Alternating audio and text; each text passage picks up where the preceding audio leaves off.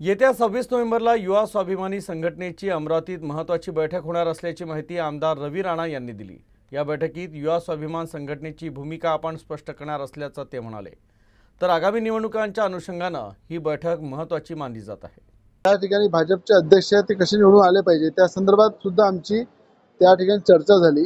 जे युवा स्वाभिमान पार्टीचे नगरसेवक आहे त्यांना कसं निवडून आणायचं या संदर्भात सुद्धा चर्चा झाली आणि प्रचाराचे कोणते मुद्दे घेऊन पुढे जायचं, कशा पद्धतीने नगरपालिका नगरपंचायतच्या माध्यमातून जनतेपर्यंत युद्ध पातळीवर प्रचार कसा सुरू केला पाहिजे या संदर्भात पूर्ण प्रभारींची काल बैठक होती।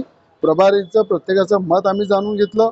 त्या पद्धतीने उमेदवाराची काय क्षमता आहे, कशा पद्धतीने उमेदवार मैदानामध्ये उतरलेले आहे, लढत आहे त्याची माहिती घेतली आणि 26 तारखेला आमची भूमिका आम्ही स्पष्ट करणार आहे। कुठल्या उमेदवाराला पाठिंबा द्यायचा आहे, कुठल्या नगराध्यक्षाला पाठिंबा द्यायचा आहे, कशा पद्धतीने भाजपला सोबत घेऊन कसं लढलं पाहिजे या संदर्भातली सगळी रणनीती 26 तारखेला आम्ही आमची डिक्लेअर करू। कोर कमिटीची बैठक आहे त्याच्यामध्ये सगळी भूमिका आम्ही जाहीर करू।